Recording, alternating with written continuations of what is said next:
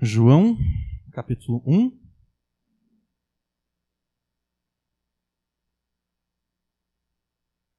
João, capítulo 1, nós vamos ler a partir do versículo 1. No princípio era o Verbo, e o Verbo estava com Deus, e o Verbo era Deus. Ele estava no princípio com Deus.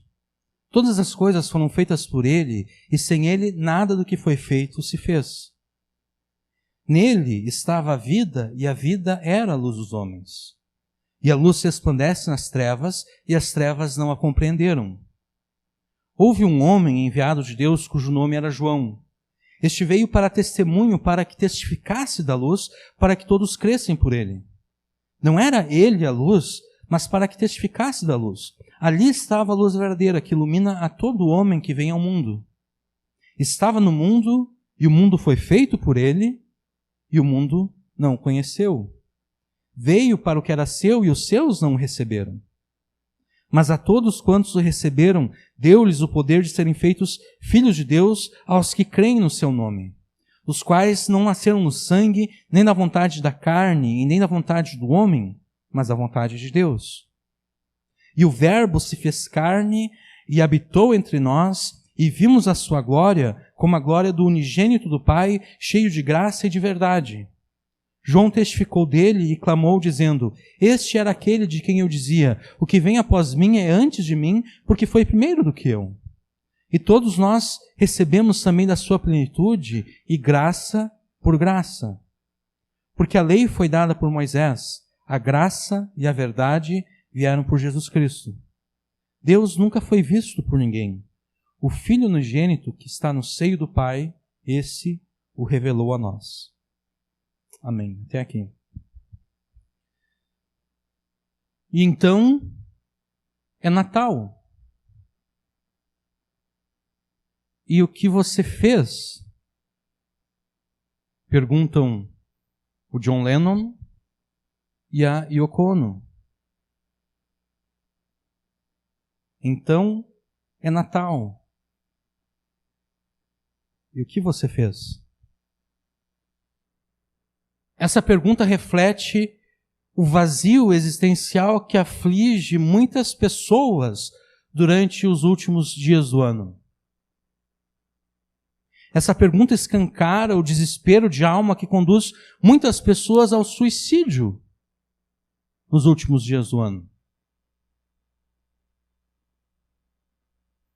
Porque é realmente por essa época aqui em que muitos suicídios ocorrem.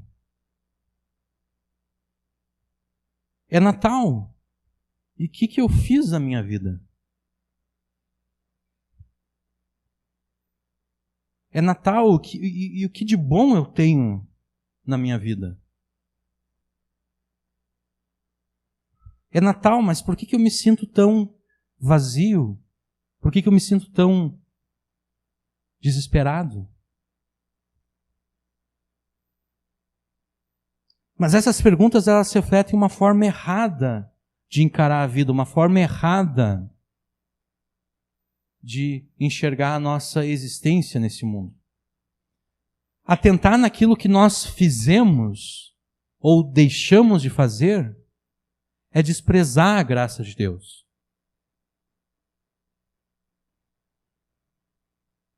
Atentar naquilo que nós fizemos ou deixamos de fazer é trabalhar com a suposição que nós temos que conquistar pelas nossas próprias forças e capacidade o favor de Deus, para que, tendo conquistado o favor de Deus pelas nossas próprias obras, nós sejamos salvos do vazio existencial e do desespero. E o problema é que quanto mais nós desprezamos a graça de Deus, quanto mais nós tentamos conquistar o favor de Deus com as nossas obras, mais vulneráveis nós nos tornamos a esse vazio, a essa falta de propósito, a esse desespero. Então a questão não é o que eu fiz.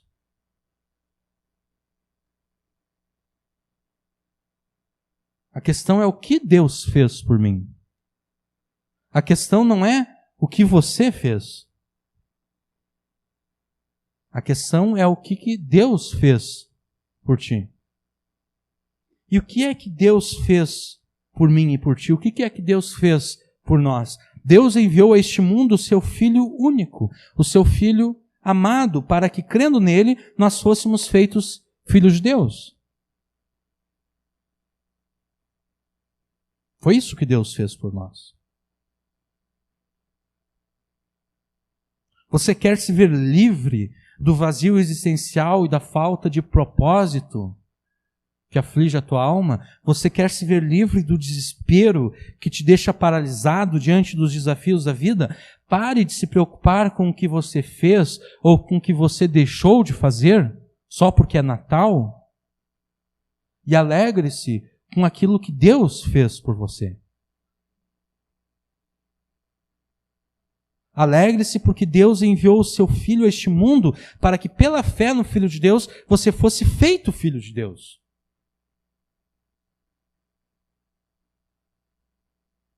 Mas o que significa crer no Filho de Deus? Porque a gente fala, tem que crer em Jesus, nós temos que crer em Jesus, nós temos que crer no Filho de Deus. O que significa crer em Jesus? O que significa crer no Filho de Deus? Crer em Jesus, crer no Filho de Deus, significa reconhecer que você é ignorante de Deus e das coisas de Deus, e então você se deixa ensinar por Ele. Você se deixa ensinar pelo Filho de Deus. Isso é crer em Jesus.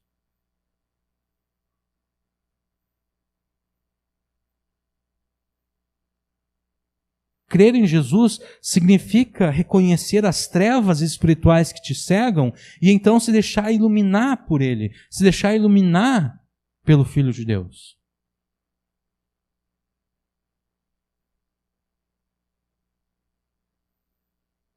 É isso que esse texto aqui te ensina. É necessário que você reconheça as trevas espirituais que te cegam e a tua ignorância acerca de Deus.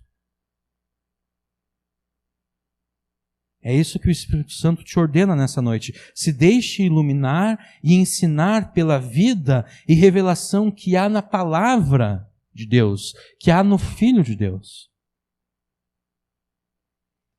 É muito comum nós pensarmos que os evangelhos foram escritos nos mesmos moldes e com os mesmos objetivos que são escritas as modernas biografias.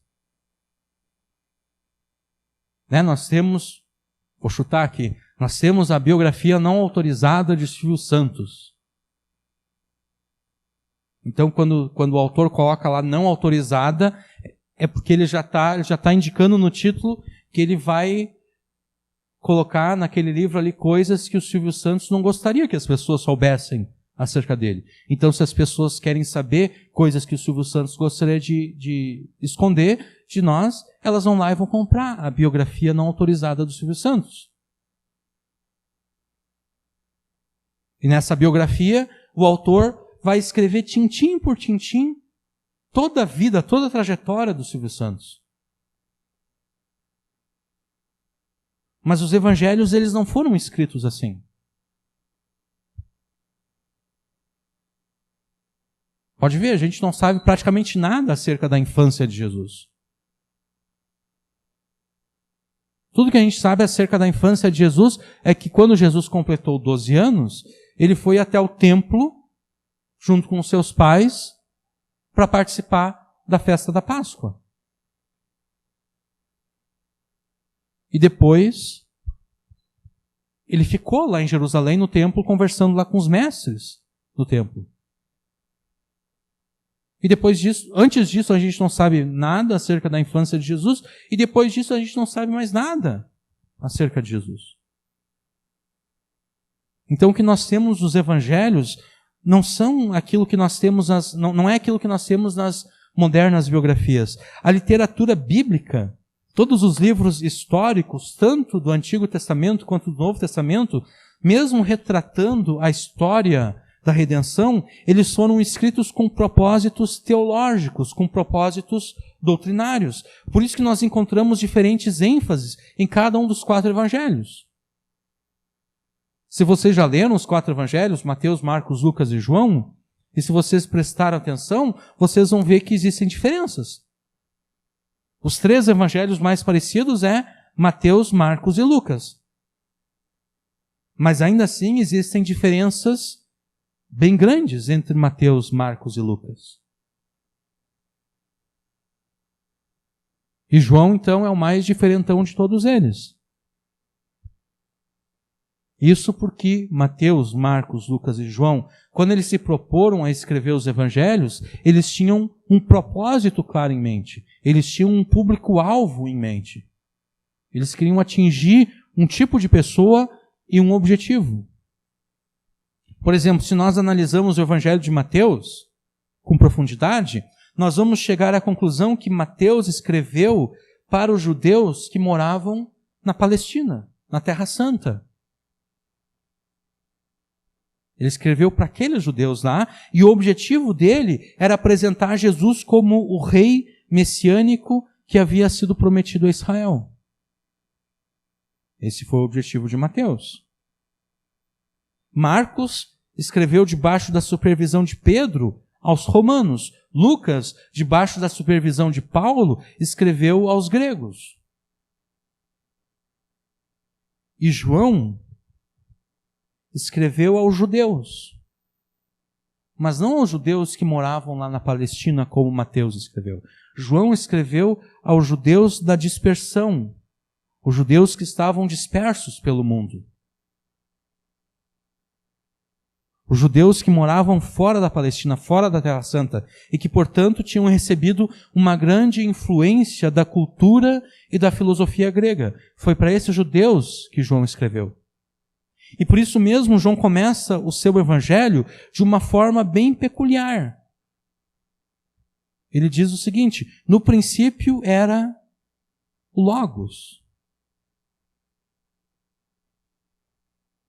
A expressão no princípio nos lembra do que exatamente? Qual outro livro da Bíblia que começa com no princípio? Gênesis, né? No princípio Deus criou os céus e a terra. Então, quando nós vemos João 1:1, logo nós nos lembramos de Gênesis 1:1. Eles começam da mesma forma, no princípio. Em Gênesis, a expressão no princípio se refere ao princípio da criação de Deus. No princípio, Deus criou os céus e a terra. É o princípio da criação da dimensão onde nós vivemos. Essa dimensão composta e limitada pelo tempo e pelo espaço. A criação do universo, como nós os conhecemos, a criação da humanidade. João, ele pega essa expressão que aparece lá em Gênesis, no princípio, mas ele usa essa expressão num sentido diferente. Ele usa no seu sentido absoluto. Mateus, Marcos e Lucas começam os seus evangelhos com os relatos dos nascimentos e ministérios de João Batista e Jesus. É assim que Mateus, Marcos e Lucas começam os seus evangelhos. Mas João não faz isso. João retroage até a eternidade passada, antes da criação do universo, antes da criação dos anjos, antes da criação da humanidade.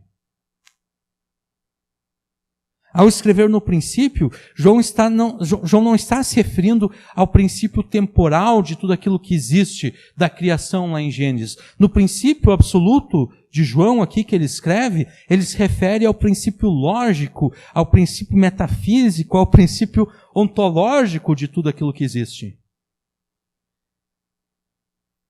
E eu falei vários palavrões aqui, vocês não precisam se preocupar com eles. Metafísico é aquilo que está além da realidade física. Tá? E ontológico tem a ver com o ser. Aquilo que se é. João se refere então ao princípio lógico, metafísico e ontológico de tudo que existe. Tudo que existe, existe unicamente por causa de Deus, porque Deus criou. João se refere então a esse princípio anterior ao princípio de Gênesis.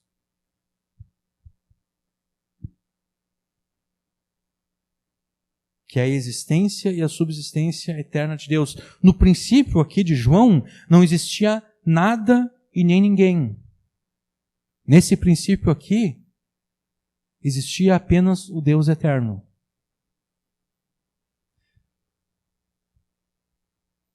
Mas não foi isso exatamente que João escreveu. João não escreveu no princípio era Deus. João escreveu no princípio era o Logos. Logos aqui eu estou falando no grego, daqui a pouco eu vou explicar para vocês, tá? Mas que Logos é esse? É interessante analisar o vocabulário que João escolheu para escrever o evangelho dele. Por exemplo, ele escolheu palavras que são comuns a praticamente todas as religiões humanas. Todas as religiões humanas falam de luz, falam de trevas. Todas as religiões humanas falam de vida.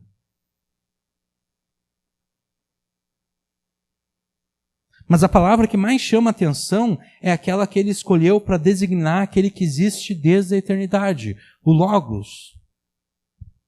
A grande maioria das versões que nós temos no Brasil, das versões da Bíblia, traduz a palavra grega Logos como verbo, como a nossa aqui o faz. E essas versões elas fazem isso por influência de Jerônimo. Jerônimo foi um homem de Deus que viveu lá pelo século IV, V, e ele fez a tradução da Bíblia para o latim. Inclusive a Bíblia oficial da Igreja Católica, a Vulgata Latina. Foi ele que fez essa tradução. Por que ele fez essa tradução? Porque na época dele, a Bíblia estava nas línguas originais, o Antigo Testamento em hebraico e o Novo Testamento em grego. Mas na época dele ninguém mais falava hebraico e ninguém mais falava grego. Eram poucas as pessoas que falavam. Então eram poucas as pessoas que conseguiam ler a Bíblia. Qual era o idioma que todas as pessoas falavam? O latim. Então ele fez a tradução para o latim. Então a gente não pode culpar Jerônimo por aquilo que depois a Igreja Católica vai fazer com a Vulgata Latina. Ele não tem culpa. Ele simplesmente traduziu para que as pessoas pudessem ler a palavra de Deus. Ele, ao traduzir a Bíblia para o latim, estava no mesmo espírito em que Lutero, quando ele traduziu a Bíblia do grego e do hebraico para o alemão, para que as pessoas pudessem ler a palavra de Deus.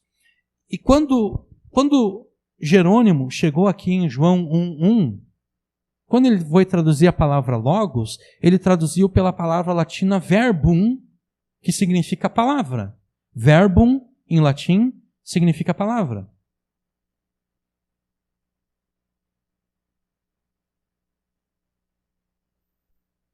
E é dali que todas as versões em português, ou quase todas elas, traduzem. Pega o verbum do latim e simplesmente coloca verbo em português.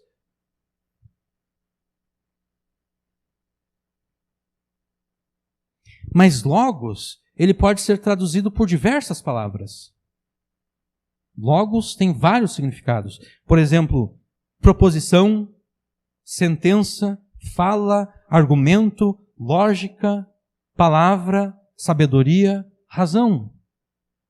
Qualquer uma dessas palavras seria aceitável. A gente poderia ler, no princípio era a lógica, e a lógica estava com Deus, e a lógica era Deus. É uma tradução perfeitamente correta. Ou no princípio era a razão, e a razão estava com Deus, e a razão era Deus.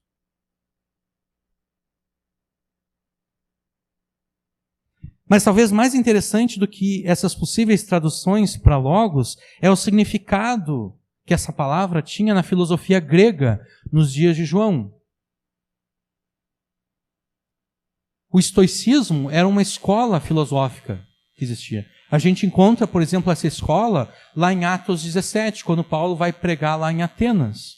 Lá ele se confronta com duas escolas de filosofia: os epicureus e os estoicos. O estoicismo, então, considerava o logos como sendo o princípio da razão divina, a partir do qual tudo existe e tudo permanece existindo. Heráclito de Éfeso, que viveu entre os anos de 530 e 470 a.C., para ele o logos era um princípio imutável que de modo racional e inteligente mantinha a natureza em ordem, possibilitando que a razão humana conhecesse a natureza. Por que João escolheria uma palavra com tanto peso filosófico no mundo de então para referir-se a esse que existe por toda a eternidade? Por que ele faz isso? Porque ele quer comunicar a verdade do Evangelho. É isso que ele quer fazer. E para que possa existir a comunicação entre duas ou mais pessoas, é necessário que ocorra a transmissão de conceitos que sejam comuns a todas as pessoas envolvidas na comunicação. Por exemplo, vocês só conseguem me entender porque vocês compreendem o significado das palavras que eu estou falando.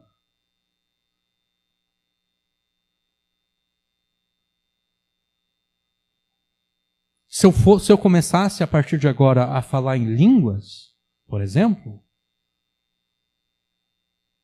vocês não entenderiam o que eu estaria falando. Eu poderia estar pregando a melhor pregação do mundo, mas vocês não iam entender nada. Vocês não seriam abençoados. Para que exista a comunicação, é necessário que exista essa transmissão de conceitos. É necessário que as palavras, que as pessoas tenham para si as palavras como significando determinadas coisas. Sendo que os leitores originais de João eram esses judeus que tinham sido influenciados pela cultura grega, e o objetivo de João era que eles entendessem o evangelho de Jesus, era necessário que João fizesse uso de palavras e conceitos filosóficos e culturais que comunicassem as verdades ensinadas e conquistadas por Jesus. Para os estoicos, o Logos era o Criador e o sustentador de todas as coisas. E não é exatamente isso que o Novo Testamento nos diz acerca de Jesus? O Novo Testamento não diz que Jesus é o Criador e o sustentador de todas as coisas? É por isso que João escolhe a palavra Logos. Porque essa palavra já tinha esse sentido.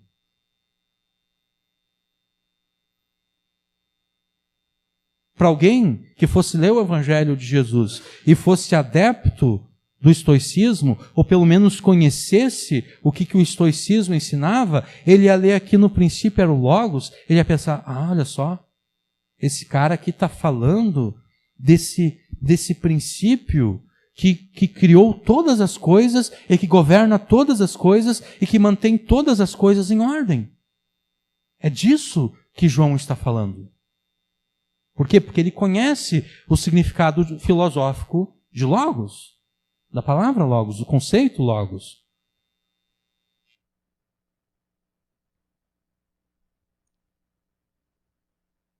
Heráclito de Éfeso dizia que o Logos era o princípio racional que organizava o universo e que permitia que assim as nossas mentes viessem a conhecer a criação. E é exatamente isso que João vai nos dizer daqui a pouco, quando ele afirma que no Logos está a luz verdadeira que ilumina a todas as pessoas. Então João, ele quer que nós levemos em consideração o peso e a carga filosófica por trás da terminologia que ele escolheu aqui para se referir àquele que existe por toda a eternidade, o Logos. Mas isso não quer dizer que Heráclito de Éfeso e os estoicos eram crentes em Jesus. Não, porque o Logos para eles não era o Salvador do mundo. O Logos para eles não era um ser pessoal.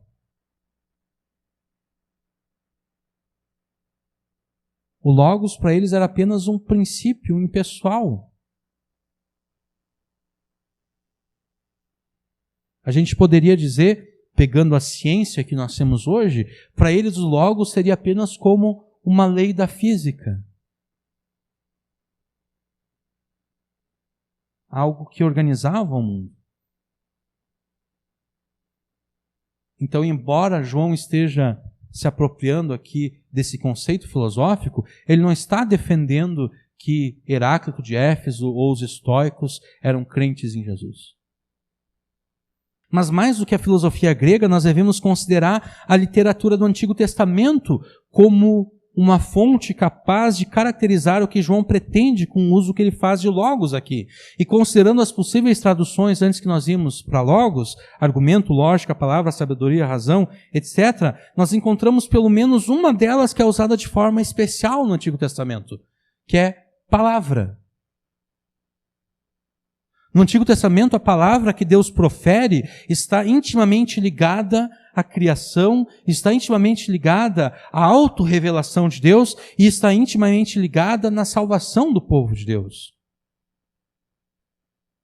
Né? Deus disse, haja luz e houve luz. Os céus foram criados pela palavra do Senhor e todo o exército deles pelo sopro da sua boca, diz o Salmo 33, versículo 6. Isso no que se refere à criação, a autorrevelação de Deus pela sua palavra. Então a palavra do Senhor veio a Isaías dizendo, a palavra do Senhor veio a mim, Jeremias, dizendo, a palavra do Senhor veio a Ezequiel. A palavra de Deus é o meio pelo qual ele se autorrevela. Em sua angústia, clamaram ao Senhor e Ele os livrou das suas aflições. Enviou sua palavra e os curou, livrando-os da destruição. A palavra de Deus está envolvida na salvação do povo de Deus. Porque assim como a chuva e a neve descem aos céus e não voltam para lá, descem dos céus e não voltam para lá, mas cegam a terra e a fazem produzir e brotar, para que dê semente ao semeador e pão ao que come, assim será a palavra que sair da minha boca. Não voltará para mim vazia, mas fará o que me agrada e cumprirá com êxito o propósito da sua missão. Isso é Isaías 55. Os temas da criação, da autorrevelação e da salvação são importantes para nós, porque eles são retomados por João aqui nesses 18 versículos. Então, muito melhor do que verbo,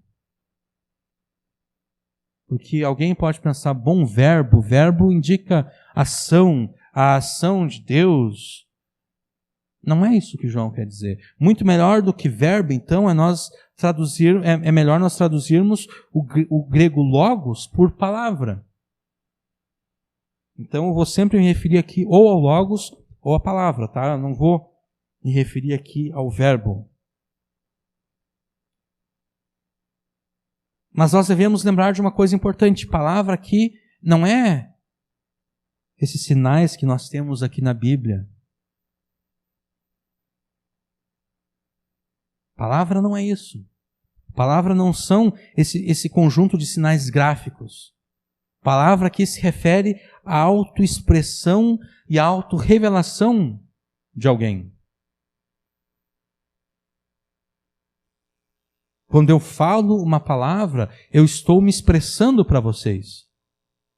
Quando eu falo uma palavra, eu estou revelando a vocês os meus pensamentos. É nesse sentido aqui que eu vou me referir à palavra. Palavra como a autoexpressão e a autorrevelação de alguém. Mas autoexpressão e autorrevelação de quem? O restante do verso 1 nos dá essa resposta. O logos, a palavra, é a autoexpressão, é a autorrevelação de Deus. Por quê? Porque no princípio era a palavra, e a palavra estava com Deus, e a palavra era Deus. A palavra estava com Deus. A preposição com aqui no grego é prós, e prós implica uma relação de intimidade pessoal.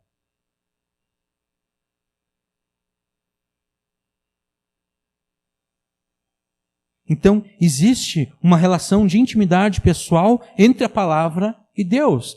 Quando está escrito aqui, a palavra estava com Deus, o sentido é de que a palavra tinha uma relação de intimidade muito grande com Deus.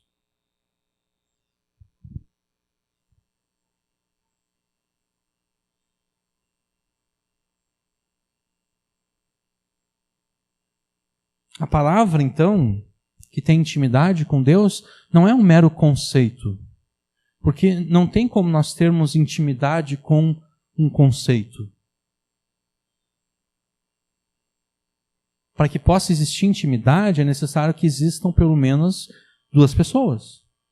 A palavra, então, existe aqui não como um conceito filosófico. A palavra existe aqui como uma pessoa. Deus e a sua palavra, Deus e a sua autorrevelação, Deus e a sua autoexpressão são seres pessoais que existem por toda a eternidade. Mas se o Logos e Deus existem juntos desde a eternidade, o Logos necessariamente deve ser Deus. Porque nós falamos antes aqui que no princípio aqui não existia nada, apenas Deus. E é exatamente isso que João afirma em seguida. O Logos, a palavra, a autoexpressão de Deus, não é outro senão o próprio Deus. É por isso que na teologia, quando se estuda o ser de Deus, é afirmado que Deus é um ser simples, no sentido de que Deus não é um complexo formado de diferentes partes. Por exemplo, esse púlpito aqui é um objeto complexo, porque ele não é uma peça só. Eles são várias peças que foram parafusadas umas às outras. Ele é formado por várias partes. Mas Deus não é assim. Deus não é formado de várias partes. Deus é um. Deus é simples.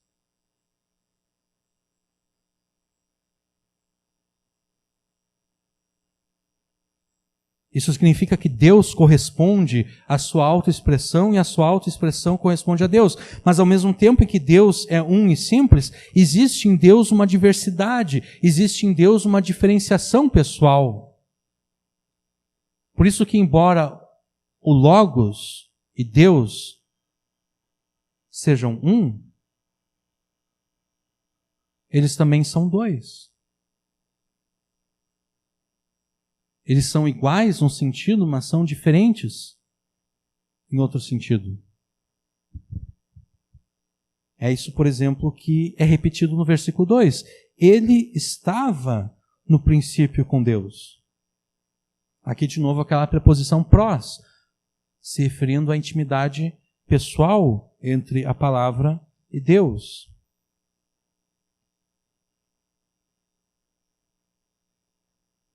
Sendo Deus um e simples, e sendo que Ele está nessa relação de intimidade com Ele mesmo, a gente só pode concluir que Deus é uma pluralidade de pessoas. Ele é um no sentido de que Ele tem uma natureza divina apenas, é um Deus que existe apenas, mas esse único Deus existente são pelo menos duas pessoas. Na verdade, nós sabemos que são três pessoas, mas até agora aqui, logo no iniciozinho do Evangelho de João, ele não faz referência ao Espírito Santo. Isso vai ser mais adiante que ele vai fazer referência ao Espírito Santo. Então, mais precisamente, Deus é uma trindade de pessoas, mas ele continua sendo um. Um Deus em natureza, em essência, e três pessoas que participam dessa natureza e essência, o Pai, o Filho e o Espírito Santo. Aqui nós encontramos uma das várias evidências neotestamentárias da Trindade, muito embora, como eu já disse, o Espírito Santo não tenha sido mencionado ainda por João. E vocês podem estar pensando, mas e daí? Grande coisa.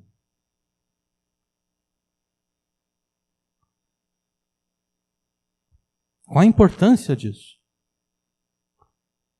O que isso tem a ver comigo?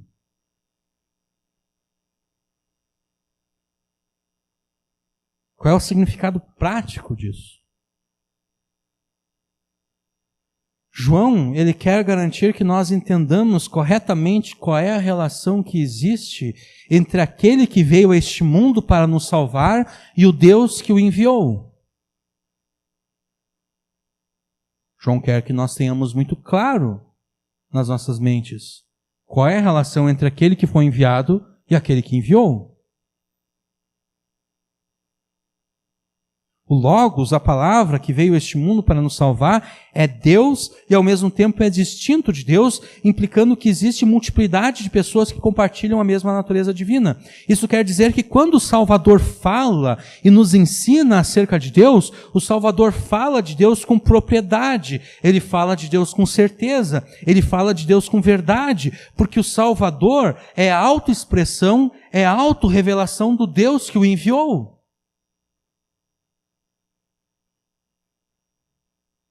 Isso quer dizer que quando Jesus fala alguma coisa, nós devemos dar muita atenção àquilo que Jesus está falando. Porque Jesus é o único que pode falar com propriedade acerca de Deus. Jesus é o único que pode falar com certeza acerca de Deus. Jesus é o único que pode falar com verdade acerca de Deus. Aquilo que eu falo de mim mesmo, ou seja, a minha palavra é aquilo que eu sou, desde que eu não esteja mentindo, né? Aquilo que eu falo é aquilo que eu sou. Aquilo que eu falo são os meus pensamentos. Se eu falo alguma coisa com vocês, eu estou expressando para vocês aquilo que eu sou. É assim que a gente tem que entender Jesus. Quando Jesus fala, Jesus está expressando quem ele é e quem é o Pai que o enviou. Porque eles partilham da mesma natureza, eles partilham da mesma essência. E é daí que vem a autoridade de Jesus, principalmente demonstrado no Evangelho de João, porque o Evangelho de João é o Evangelho no qual Jesus mais está discutindo, no qual Jesus mais está debatendo.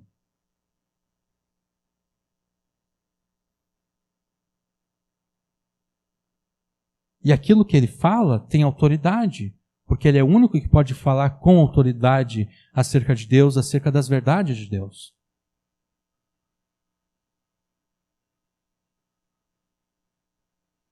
Deus, ele se auto-revela e se auto-expressa a nós através da sua palavra. E eu estou usando aqui palavra de propósito com um sentido ambíguo, para que vocês não saibam se eu estou me referindo à palavra escrita de Deus ou a essa palavra eterna de Deus que se encarnou. Essa ambiguidade é proposital, porque é impossível falar acerca de Jesus fora da palavra escrita de Deus. E é impossível ser fiel na pregação da palavra de Deus, a palavra escrita de Deus, sem se referir a Jesus como a palavra encarnada de Deus. Por isso que eu estou fazendo questão de ser ambíguo aqui no uso da palavra, se vocês me permitem a redundância. Deus se auto-revela e se auto-expressa a nós através da sua palavra, que mantendo uma comunhão íntima e pessoal com Deus, é também o próprio Deus. Por isso que mais tarde, quando Filipe pede que Jesus lhes mostre o Pai, Jesus responde: Filipe, há tanto tempo estou convosco e vocês ainda não me conhecem? Quem vê a mim, vê o Pai. Jesus diz. E com isso Jesus não estava dizendo que ele mesmo era o Pai, mas que ele e o Pai, mesmo sendo duas pessoas distintas, partilhavam da mesma natureza divina, da mesma essência divina, de modo que quem vê e conhece a Jesus, vê e conhece também o Pai. Ou ainda como está escrito em Hebreus, no passado, por meio dos profetas, Deus falou aos pais muitas vezes de muitas maneiras. Nesses últimos dias, porém, Ele nos falou pelo Filho, a quem designou herdeiro de todas as coisas e por meio de quem também fez o universo. Ele, o Filho, é o resplendor da sua glória e a representação exata do seu ser. Jesus é a representação exata do ser de Deus, sustentando todas as coisas pela palavra do seu poder e tendo feito a purificação dos pecados, assentou-se à direita da majestade nas alturas. No princípio era aquele que é a palavra, a autoexpressão e a autorrevelação de Deus, que estava desde o princípio com Deus e que era o próprio Deus. Ao começar assim o seu evangelho, o seu relato acerca do evangelho de Jesus, o apóstolo João está nos mostrando que a origem do evangelho não se encontra dentro da história. A origem do evangelho se encontra fora da história. A origem do evangelho é eterna, porque a origem do evangelho é aquele que existe eternamente. Deus e a sua palavra, Deus e a sua autoexpressão, Deus e a sua autorrevelação. Isso nos mostra que o evangelho não foi um plano B de Deus.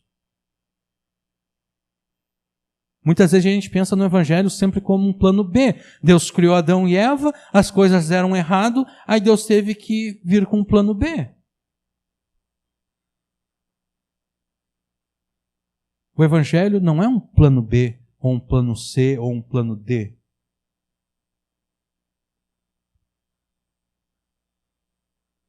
O evangelho é o modo pelo qual Deus se auto-revela e se auto-expressa a toda a criação. Porque é no evangelho que Deus demonstra a sua ira e a sua graça.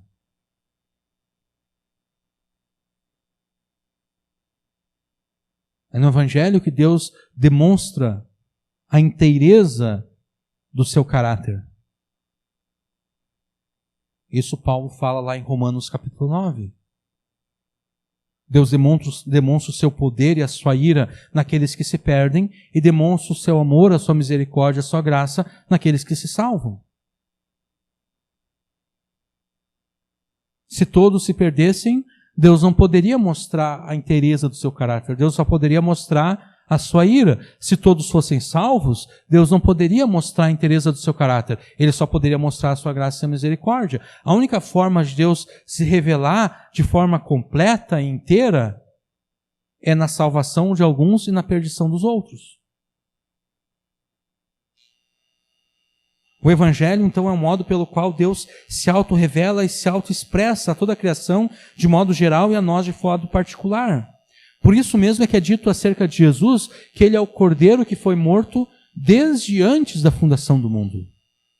E que os crentes foram eleitos por Deus também antes da fundação do mundo. As testemunhas de Jeová e outros grupos heréticos afirmam que o Logos, que a palavra, foi uma das primeiras criações de Deus.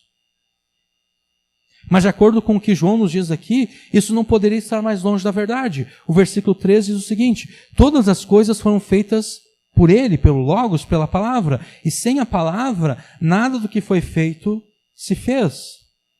A palavra de Deus não foi criada porque a palavra de Deus é o próprio Deus Criador.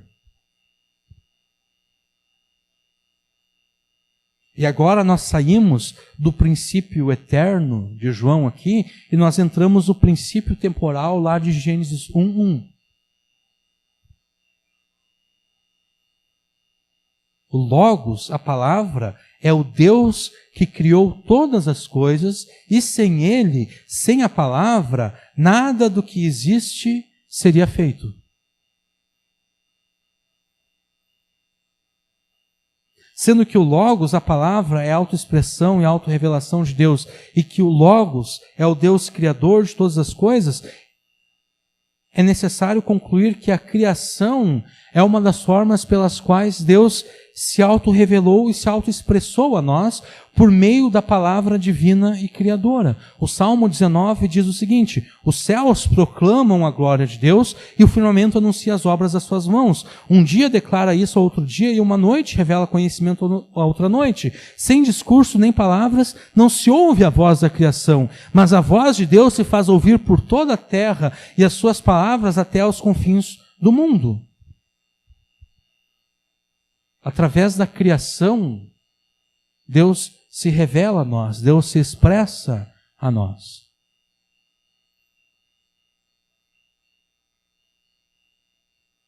Mas muito mais do que a criação, Deus quer se revelar e se expressar a nós de forma direta. É o que nos diz o versículo 4. Nele, no Logos, na palavra estava a vida, e a vida era a luz dos homens. No Logos, na palavra estava a vida, e vida aqui deve ser entendida como no sentido mais pleno da palavra. Não apenas vida, mas vida abundante, a vida espiritual do próprio Deus, a vida pelo qual Deus é chamado de o Deus vivo. Essa vida estava na palavra. A vida eterna. Vida é a característica essencial de Deus.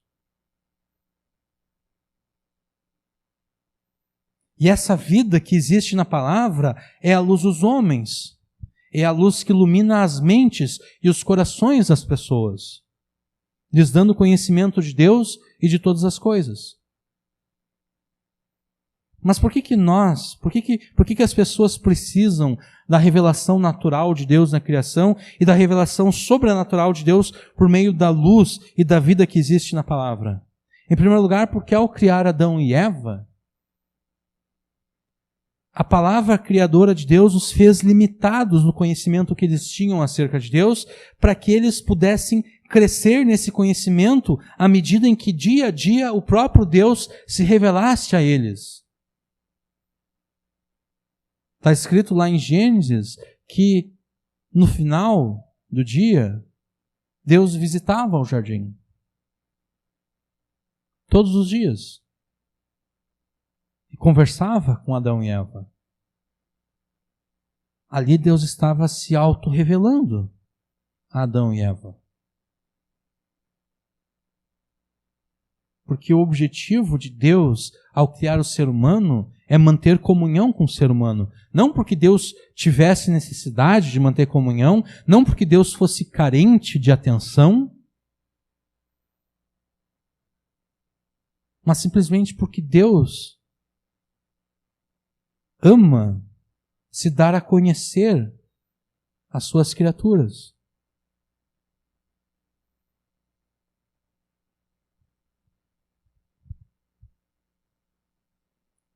Mas em segundo lugar, a revelação natural e a sobrenatural de Deus se fizeram necessárias porque Adão se rebelou contra Deus. E quando Adão pecou contra Deus, Adão e todos nós juntos com ele, caímos e fomos dominados pelas trevas espirituais e pela morte. Por isso mesmo, o verso 5 aqui afirma que a luz que existe no Logos, a luz da vida que existe na palavra, essa luz resplandece nas trevas, mas as trevas não compreenderam a luz. Que tragédia espiritual é essa, que a luz da palavra de Deus brilha em meio às nossas trevas, mas ainda assim nós não compreendemos essa luz. Essa tragédia espiritual é causada pela nossa escravidão ao pecado. Por isso mesmo, ainda que a palavra criadora de Deus implantou na criação a revelação de Deus, nós, escravos do pecado que somos, nós rejeitamos essa revelação. Paulo escreveu o seguinte: porque não me envergonho do Evangelho, porque ele é o poder de Deus para a salvação de todo aquele que crê, primeiro do judeu e também do grego. Porque a justiça de Deus se revela no Evangelho de fé em fé, como está escrito, o justo viverá pela fé. Pois a ira de Deus se revela do céu contra toda impiedade e injustiça dos homens que impedem a verdade pela sua injustiça. Porque o que se pode conhecer sobre Deus é manifesto entre eles, porque Deus lhes manifestou. Porque os atributos invisíveis de Deus, o seu eterno poder, a sua divindade, são vistos claramente desde a criação do mundo e percebidos mediante as coisas criadas, de modo que esses homens são indesculpáveis. Porque mesmo tendo conhecido a Deus, não o glorificaram como Deus, nem lhe deram graças. Pelo contrário, tornaram-se fúteis nas suas especulações e o seu coração insensato sobrescureceu. Dizendo-se sábios, tornaram-se loucos e substituíram a glória do Deus incorruptível por imagens semelhantes ao homem corruptível, às aves, aos quadrúpedes e aos répteis. Ao afirmar que as trevas não compreenderam a luz, João está dizendo que a nossa pecaminosidade, a pecaminosidade de toda a raça humana, nos leva a negar e a rejeitar as verdades acerca de Jesus.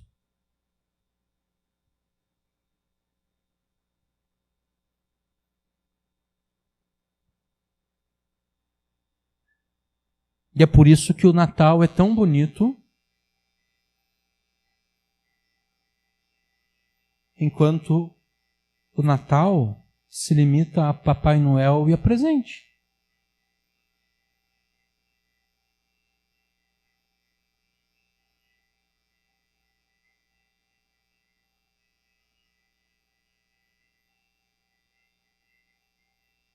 Nós sabemos que Jesus não nasceu no dia 25 de dezembro, mas quando alguém tenta dizer que quando os cristãos começaram a comemorar o Natal é porque eles queriam comemorar o nascimento de Jesus, aí as pessoas já ficam chateadas.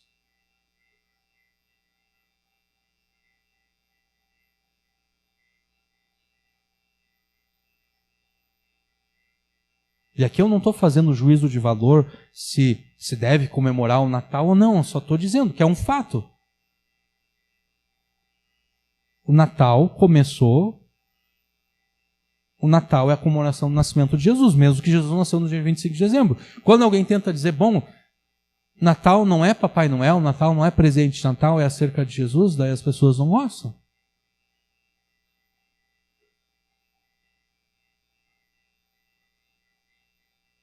Porque elas querem aquilo que elas podem fazer. Elas gostam da mentalidade de John Lennon. Então é Natal e o que você fez? Então é Natal e o que a gente fez?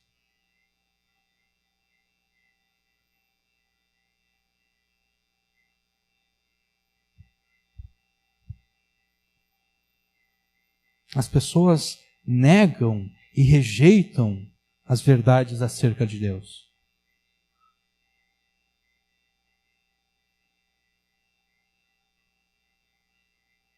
Nós não somos capazes de vencer as trevas espirituais que nos cegam por nós mesmos, exatamente porque nós estamos escravizados a essas trevas espirituais.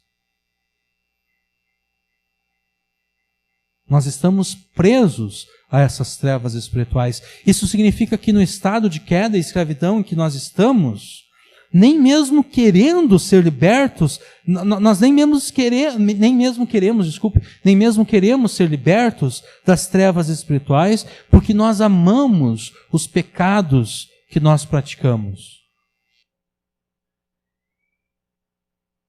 E o julgamento é este: a luz veio ao mundo, e os homens amaram as trevas em lugar da luz, porque as suas obras eram más. Porque todo aquele que pratica o mal odeia a luz e não vem para a luz, para que as suas obras não sejam expostas.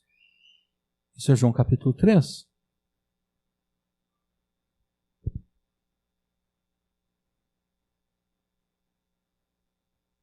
Que esperança então poderia haver para nós?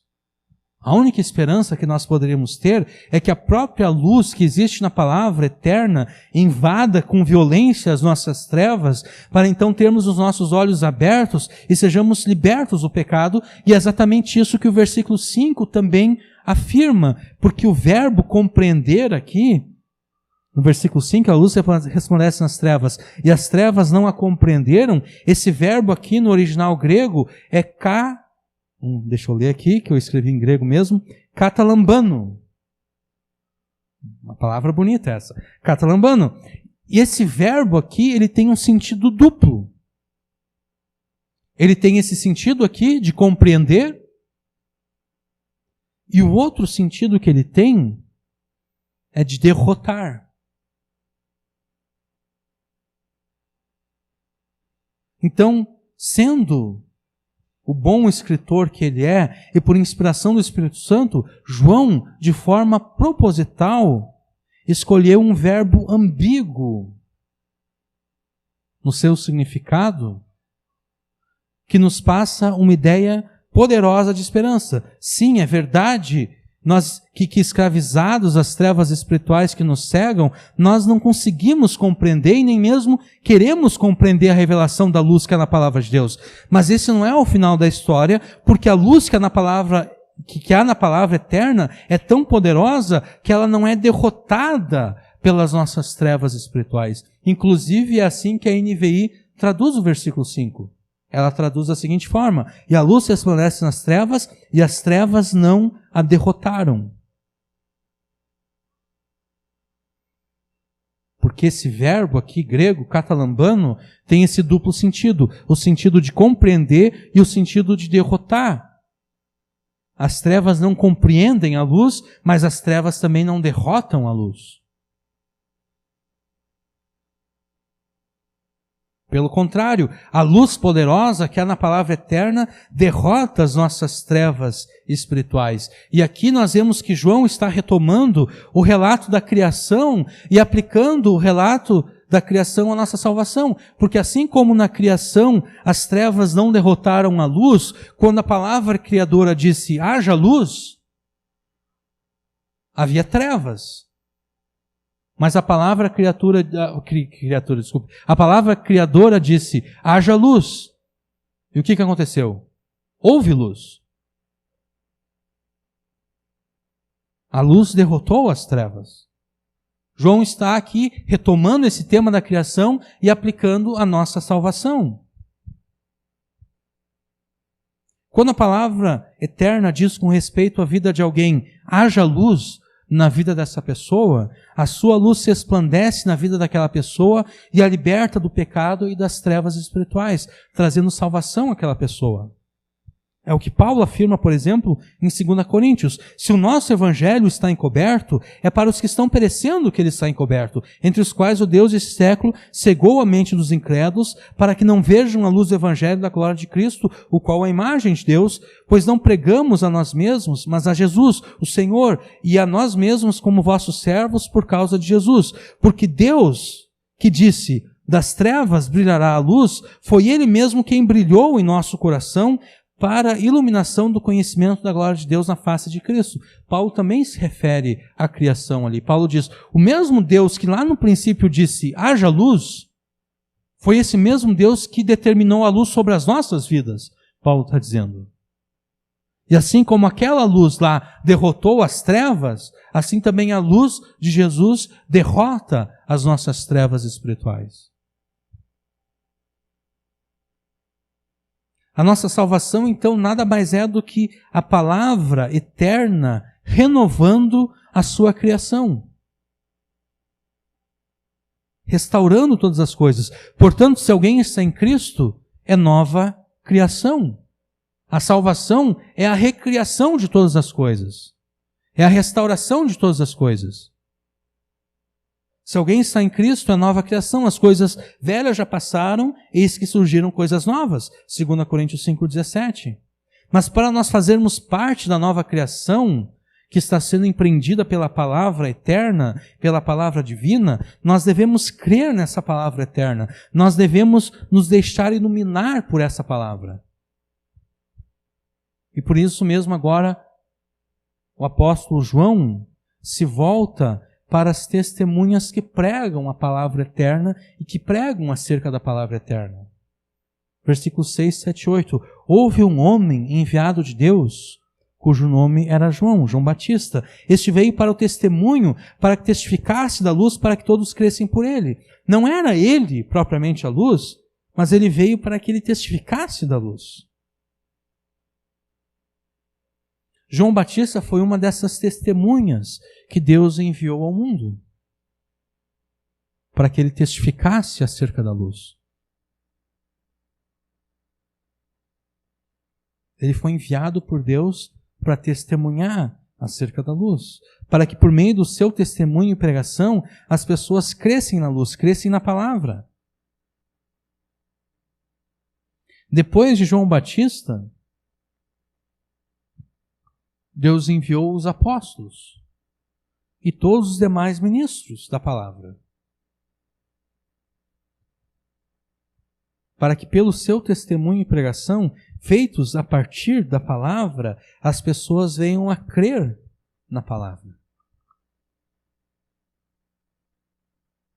Versículo 9 diz: ali estava a luz verdadeira que ilumina todo homem que vem ao mundo. Jesus é a luz verdadeira que veio ao mundo para iluminar a todas as pessoas que no mundo estão. Todas as pessoas, sem exceção, são iluminadas por Jesus.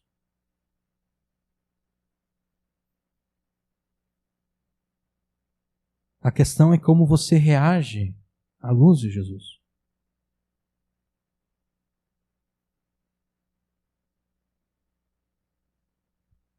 Você tem aceitado a luz de Jesus na tua vida?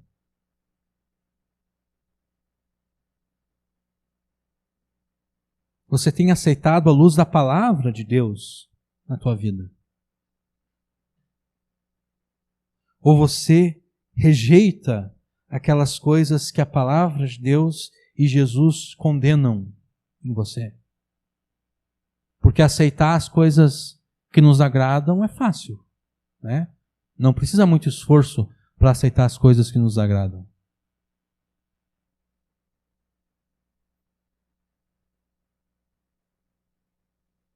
A questão diz respeito àquelas coisas que nos desagradam, aquelas coisas que nos repreendem, aquelas coisas que dizem que nós estamos errados, que nós devemos voltar atrás, que nós devemos nos arrepender, que nós devemos abandonar.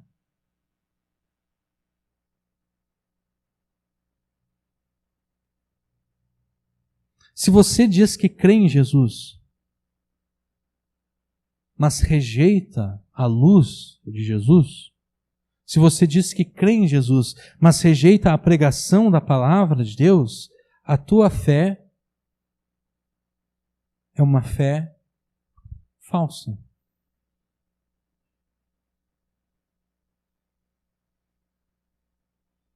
Porque é muito fácil dizer, eu creio em Jesus. A questão não é dizer eu creio em Jesus. A questão é demonstrar que se crê de fato em Jesus.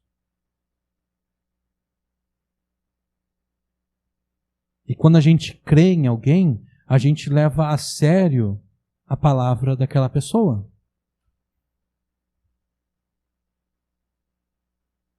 Se você crê muito numa pessoa e essa pessoa te fala alguma coisa, você vai levar a sério aquilo que essa pessoa te falou. Mas se você não leva a sério aquilo que essa pessoa te falou, é porque você não crê nela.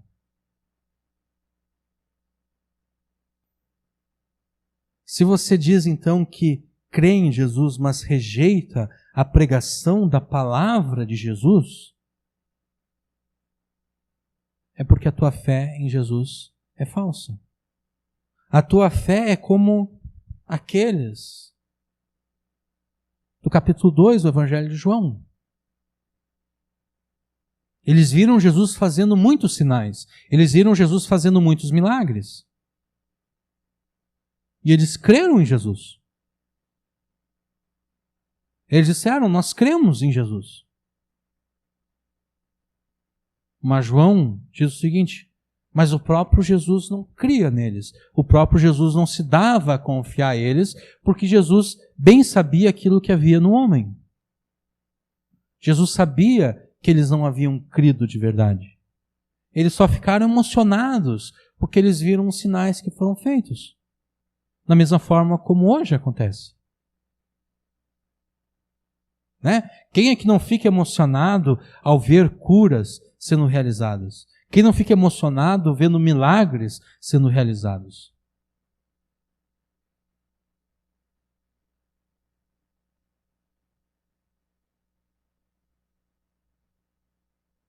Mas Deus não se impressiona com a fé que alguém tem porque viu um milagre acontecendo. Deus não se deixa impressionar com isso. Deus não se deixa impressionar com esse emocionalismo de alguém que viu alguma coisa incrível acontecer.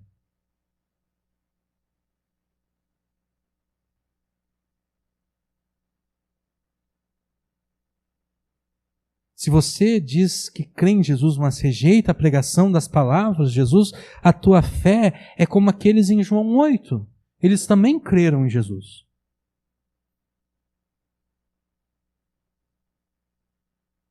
Eles creram em Jesus. E Jesus sabia que tinha alguma coisa errada com eles. Por isso que Jesus foi exatamente no ponto.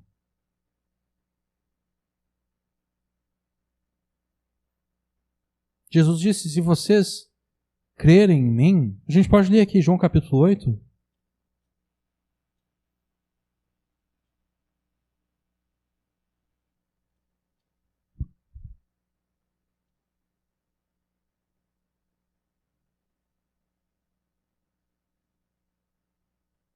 Jesus começa a falar no versículo 12, né? E ele vai até o versículo 29 do capítulo 8. Aí no versículo 30, dizendo Jesus essas coisas, muitos creram nele.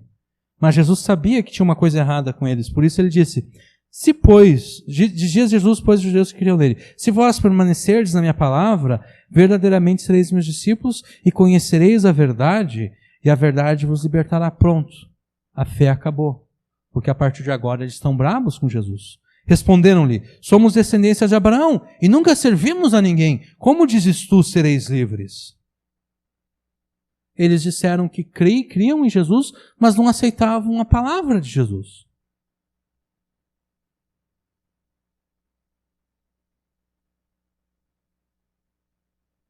Jesus termina dizendo, vocês são escravos do pecado e vocês são filhos do diabo. Pouco importa se vocês disseram que creram em mim. A fé de vocês é falsa. Vocês não aceitam a minha palavra.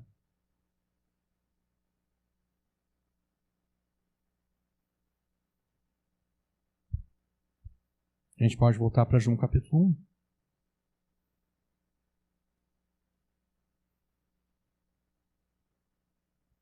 Se você diz que crê em Jesus, mas rejeita a pregação da palavra de Jesus, rejeita as palavras de Jesus, rejeita aquilo que Jesus repreende na tua vida, rejeita aquilo que Jesus condena na tua vida, é porque você não crê em Jesus. E Jesus nunca se deixou enganar pela tua pretensa fé.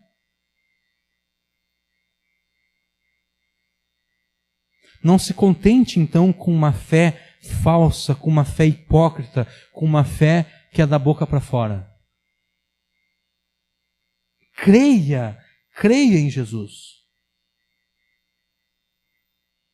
Não se contente apenas em falar que você crê em Jesus. Creia de fato em Jesus.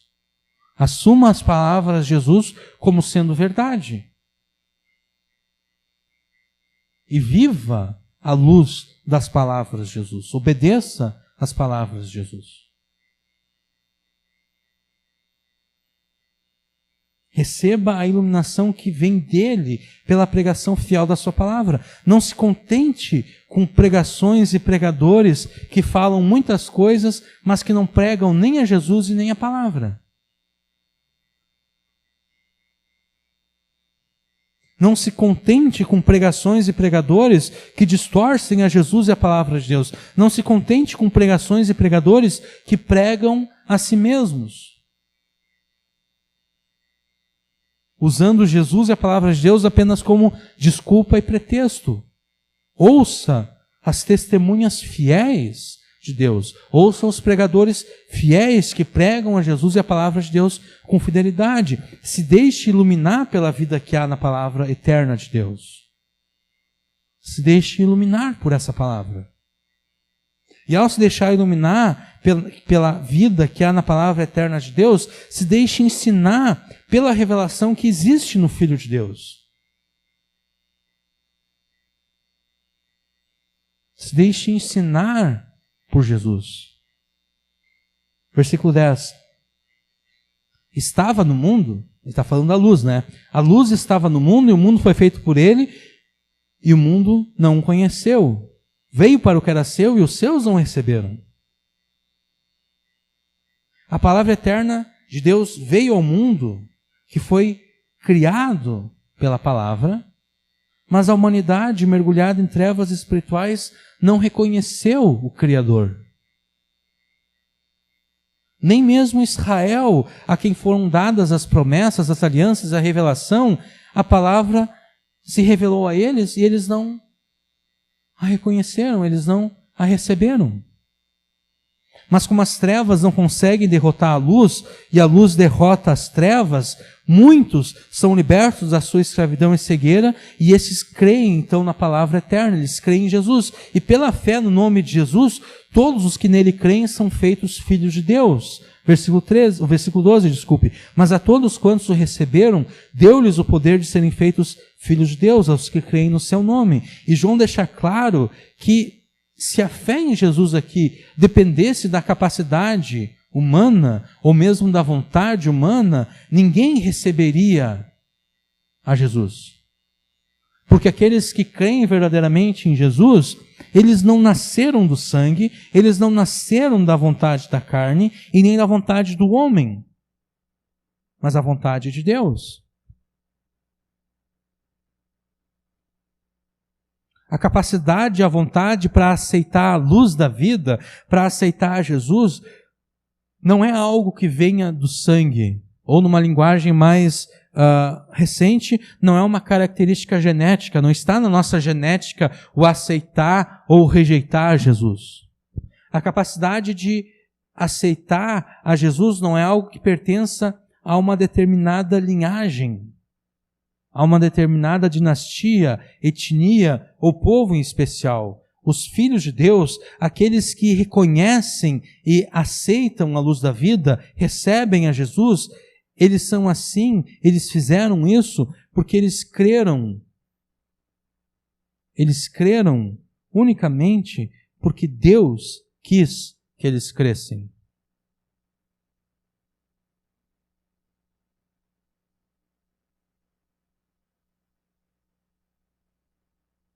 Deus é aquele que nos concede a fé para nós crermos na palavra que se fez carne por nós.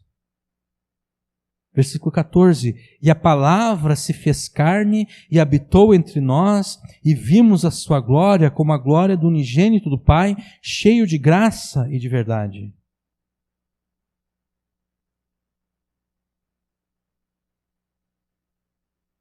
Quando João fala aqui que a palavra se fez carne, que o Logos se fez carne, João está escandalizando aqui tanto gregos como judeus.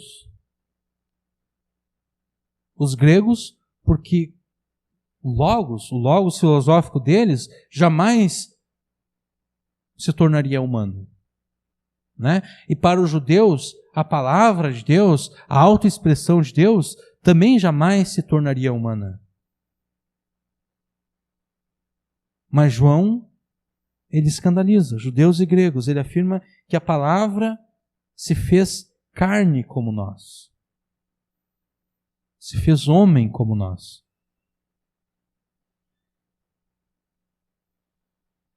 E João prossegue afirmando que a palavra que se fez carne habitou entre os homens. Literalmente, tabernaculou entre os homens. Fez o seu tabernáculo entre os homens. Ao fazer referência ao tabernáculo, à habitação de Deus no meio do seu povo, João quer mostrar aqui que a palavra encarnada cumpre em si mesmo e substitui todos os símbolos da antiga aliança. Antes, Deus habitava no meio do seu povo por meio de sinais e por meio de sombras. Era assim que Deus habitava no meio do seu povo. Mas desde que a palavra eterna se fez carne, a habitação de Deus se dá de uma maneira mais palpável. A palavra eterna encarnada é o Emanuel, é o Deus conosco. João prossegue dizendo que aqueles que conviveram com a palavra encarnada viram a sua glória. E a gente poderia pensar que João aqui está está se referindo a algum tipo de brilho especial que havia em Jesus. Alguma coisa externa que demonstrasse a glória de Jesus.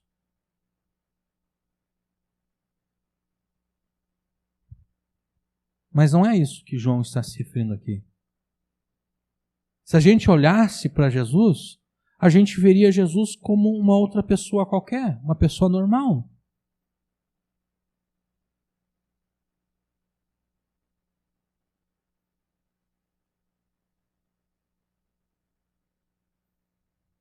A glória manifestada em Jesus não era visível aos olhos naturais,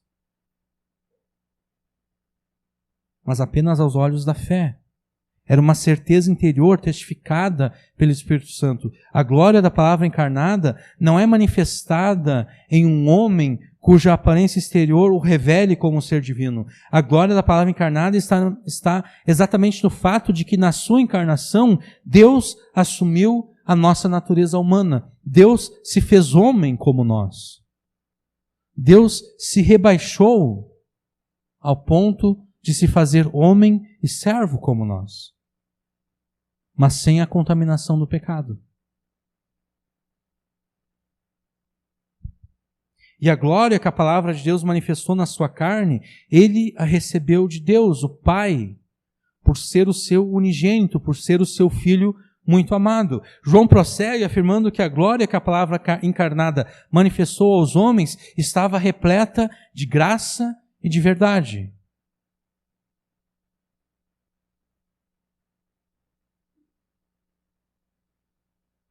Moisés relata o episódio no qual Deus manifesta a ele a sua glória.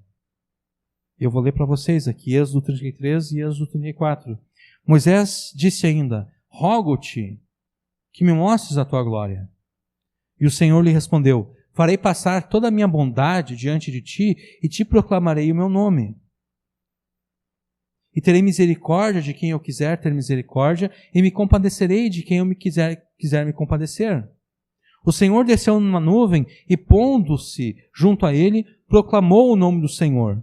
Tendo o Senhor passado diante de Moisés, proclamou: o Senhor, Deus misericordioso e compassivo, tardio em irar-se, cheio de bondade e de fidelidade, que usa de bondade com milhares, que perdoa a maldade, a transgressão e o pecado, que de maneira alguma considera inocente quem é culpado, que castiga o pecado dos pais nos filhos e nos filhos dos filhos até a 3ª e 4ª geração. Se vocês prestaram atenção, vocês perceberam que existe uma contradição aqui. Eu vou ler de novo para vocês. Presta atenção. Ó. Deus, Senhor, o Deus misericordioso e compassivo, tardio em irar-se, cheio de bondade e fidelidade, que usa de bondade com milhares, que perdoa, agora, contradição, ó, que perdoa a maldade, a transgressão e o pecado. Daí ele continua. Mas que de maneira alguma considera inocente quem é culpado, que castiga o pecado dos pais nos filhos e nos filhos dos filhos até a 3ª e 4ª geração. Vocês perceberam a contradição? Deus perdoa, mas Deus não perdoa. Deus perdoa a maldade, a transgressão e o pecado, mas de maneira alguma considera inocente quem é culpado pela maldade, pela transgressão e pelo pecado. E ele castiga o pecado dos pais nos filhos e nos filhos dos filhos até a 3ª e 4ª geração. Tem uma contradição ali. Deus perdoa, mas ele não pode perdoar, porque ele não pode considerar inocente aquele que é culpado.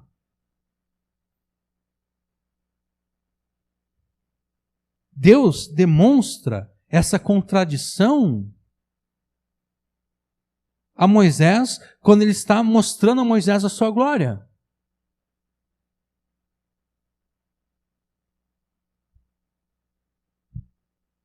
O dilema de Deus, então, é que embora a sua glória é demonstrar misericórdia aos pecadores, a sua glória é também castigar os pecadores.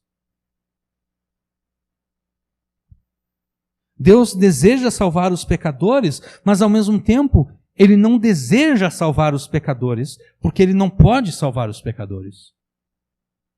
Porque Ele não pode ter por inocente aquele que é culpado.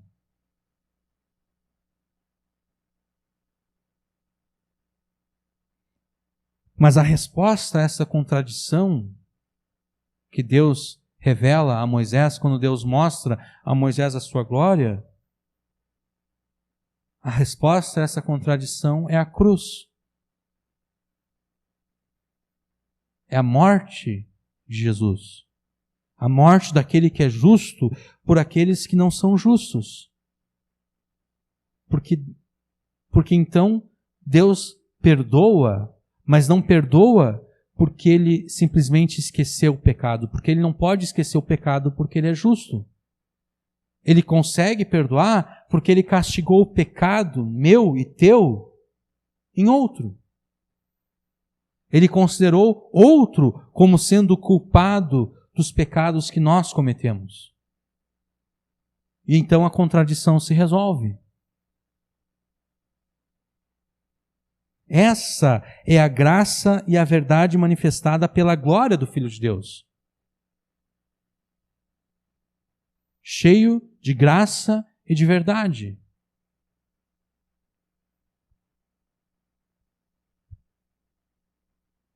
E daí no versículo 15, João mais uma vez invoca o testemunho de João Batista. João testificou dele e clamou dizendo: este era aquele de quem eu dizia, o que vem após mim antes de mim, porque foi primeiro do que eu. João Batista era mais velho do que Jesus. João Batista era 6 meses mais velho do que Jesus. No entanto, mesmo sendo mais velho do que Jesus, João Batista diz: ele é antes do que eu. Isso significa que João Batista está se referindo à origem eterna de Jesus. Ele é antes do que eu. Ele é mais poderoso do que eu, porque ele é primeiro do que eu.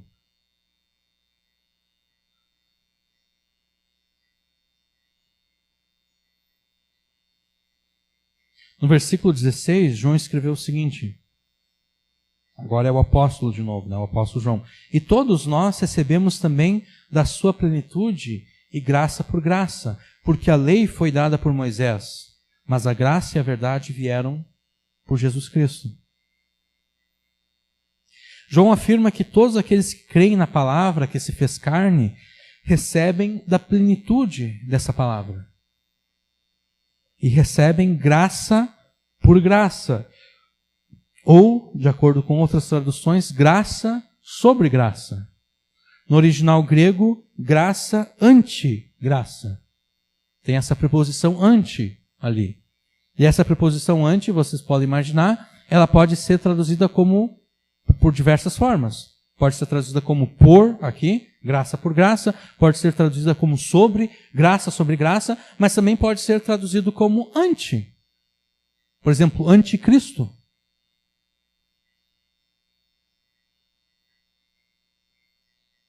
O sentido aqui não é que nós recebemos graça por graça ou graça sobre graça, mas nós recebemos graça no lugar de graça. Esse é o sentido.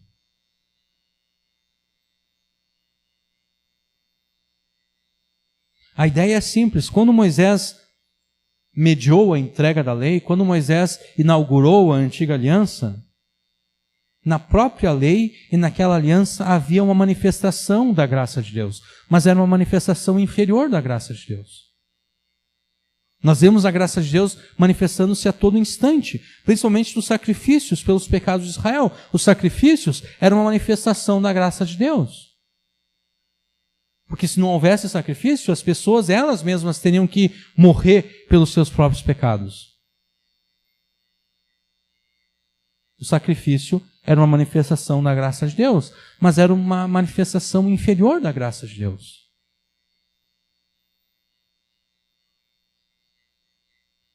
Essa manifestação inferior da graça de Deus, ela meramente simbolizava e tipificava a manifestação maior da graça de Deus que viria através de Jesus. Aquele que crê na palavra encarnada recebe da plenitude dessa palavra uma graça que é superior àquela que a própria palavra havia manifestado na antiga aliança.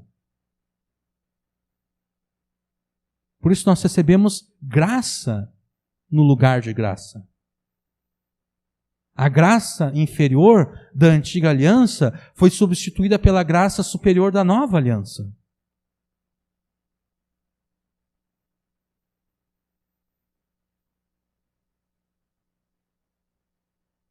Por isso que João então pode afirmar o seguinte: enquanto Moisés nos deu a graça da lei e da antiga aliança, a palavra encarnada nos concede a graça verdadeira e absoluta de Deus.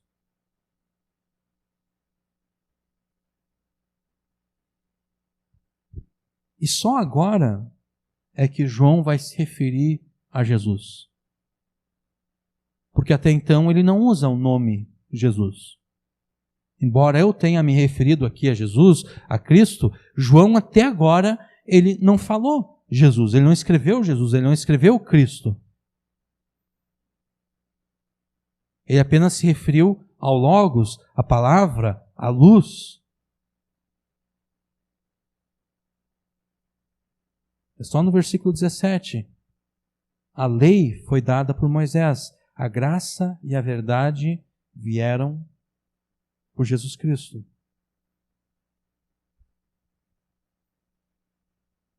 A palavra eterna que se fez carne se chama Jesus Cristo. E nos é muito conveniente que a palavra eterna se fez carne, porque homem algum pode contemplar a Deus na sua plenitude. Versículo 18. Deus nunca foi visto por ninguém. E Deus não pode ser visto por ninguém. E a gente automaticamente nos lembramos de Moisés. Porque eu acabei de ler uma passagem que Moisés viu a Deus. Moisés viu a glória de Deus. Moisés conversava com Deus face a face.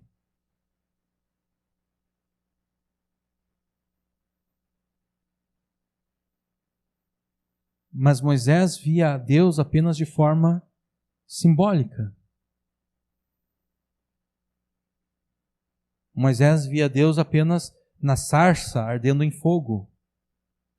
Moisés via a Deus apenas na manifestação física lá no tabernáculo.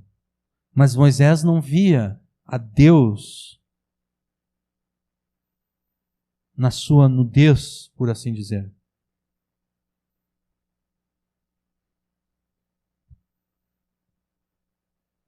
Ninguém pode ver a Deus na nudez de Deus. Porque se alguém vir a Deus na sua nudez, essa pessoa vai morrer. E não é apenas uma morte física, não é que a pessoa vai cair morta. Ela vai cair morta, mas ela vai ser mandada imediatamente para o inferno, porque Deus, a santidade de Deus é tal que ninguém consegue contemplar ela e permanecer vivo.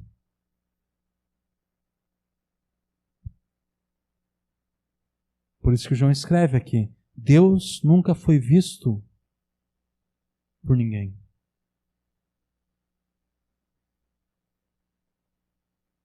Mas Jesus é o perfeito mediador entre Deus e nós, exatamente porque, como o Filho unigênito e muito amado do Pai, Jesus eternamente repousa no seio do Pai. E estar no seio do Pai aqui é uma linguagem antropomórfica. Estar no seio de alguém significa ter intimidade com essa pessoa. Por isso que mais tarde, no mesmo Evangelho de João aqui, vai mostrar que o discípulo amado era aquele que se recostava no peito de Jesus. Essa linguagem aqui demonstra que Jesus é aquele que tem a maior intimidade com Deus. E daí então nós voltamos, fizemos um círculo completo e voltamos ao versículo 1. Porque foi o que o versículo 1 nos falou. No princípio era a palavra e a palavra estava com Deus. A palavra tinha essa relação de intimidade, de comunhão íntima com Deus. Ninguém viu a Deus. O Filho unigênito que está no seio do Pai, esse o revelou. A palavra eterna, a autoexpressão e a autorrevelação de Deus, que é ao mesmo tempo Deus, mas se distingue deste por ser outra pessoa que não o Pai, mas o Filho unigênito, esse Jesus é extremamente íntimo do Pai e ninguém melhor do que Ele para nos mostrar quem Deus é e nos revelar a natureza do Pai. Não existe ninguém melhor do que Jesus. Porque Jesus conhece o Pai com perfeição.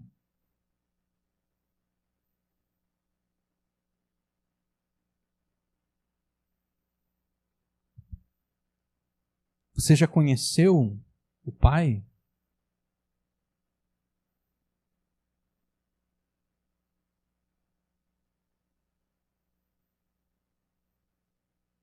Você já viu a Deus em Jesus?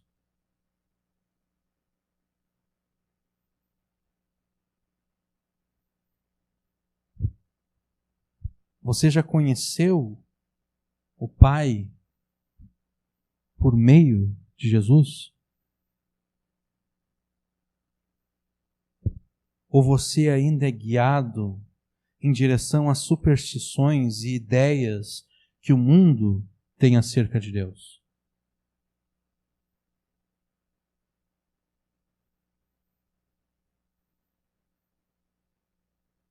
Ou pelas concepções religiosas que existem acerca de Deus?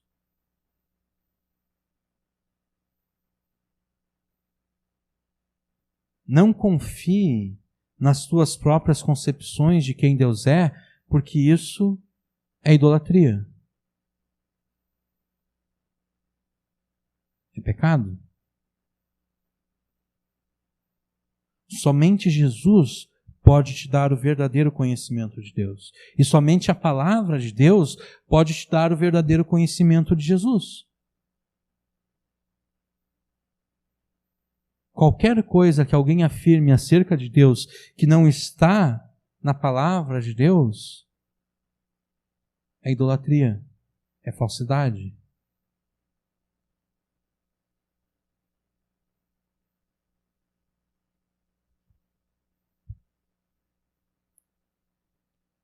Não se pergunte aquilo que você fez ou deixou de fazer.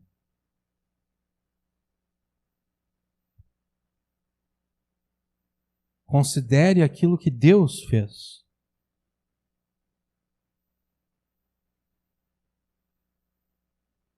Considere aquilo que Deus fez por você. Deus enviou Jesus para que você cresce nele, para que crendo nele você fosse feito filho de Deus. E sendo filho de Deus, você deve se deixar iluminar pela luz de Jesus. Você deve se deixar iluminar pelas palavras de Jesus. Você deve se deixar ensinar por Jesus.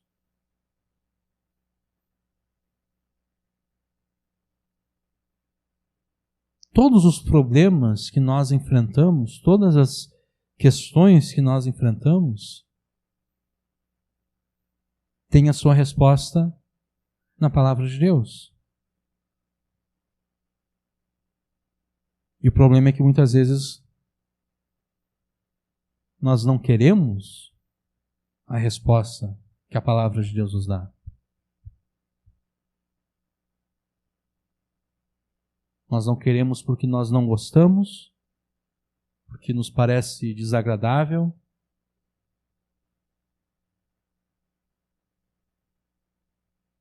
Mas é aí que nós provamos se de fato cremos em Jesus ou não.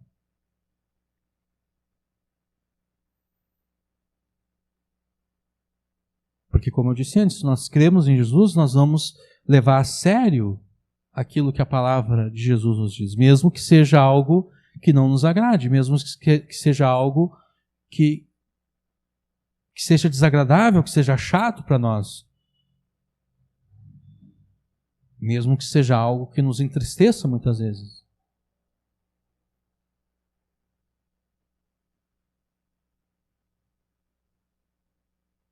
A prova de que Jesus está em nós, de que Jesus vive em nós através do Espírito, é a atenção que nós damos à sua palavra. É a obediência que nós entregamos a Ele. Porque o próprio Jesus depois vai dizer que amá-lo é obedecer os seus mandamentos. Amar a Ele, amar a Deus, é obedecer aquilo que Deus ordena. É se deixar iluminar pela palavra de Deus. É concordar com a palavra de Deus quando a palavra de Deus nos condena nas nossas ações, nas nossas palavras. Quando a palavra de Deus nos condena nos nossos pensamentos.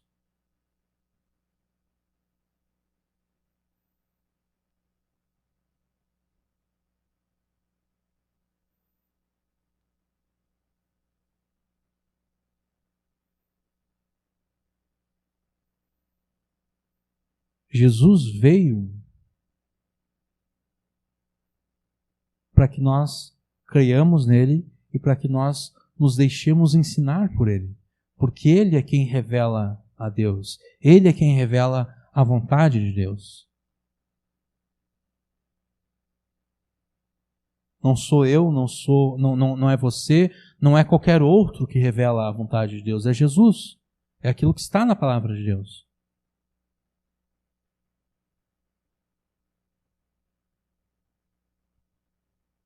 Se deixe iluminar pela vida que há na palavra de Deus. Se deixe ensinar pela revelação que há no Filho de Deus.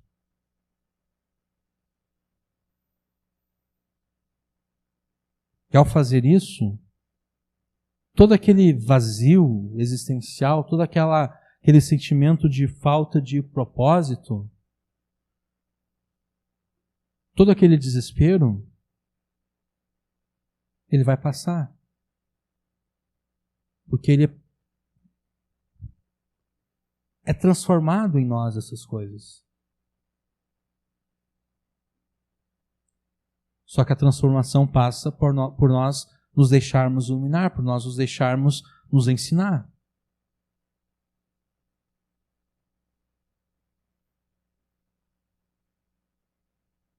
E quando eu falo aqui, eu penso em várias coisas, por exemplo, em que eu falho.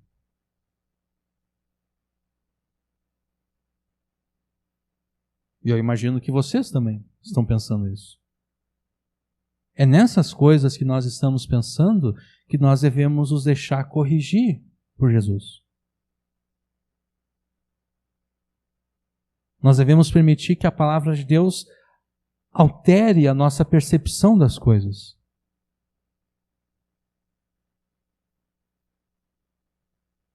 A palavra de Deus deve servir como um óculos pelo qual nós enxergamos as nossas vidas e a nossa realidade.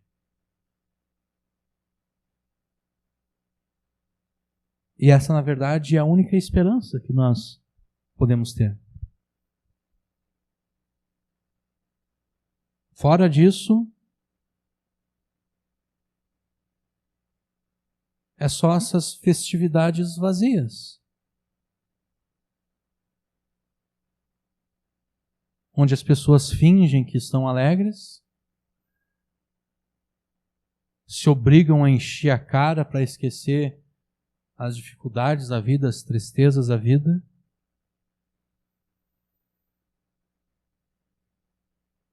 É só em Jesus que existe resposta para esse vazio, para essa falta de propósito e para esse desespero que leva as pessoas a pensar: então é Natal?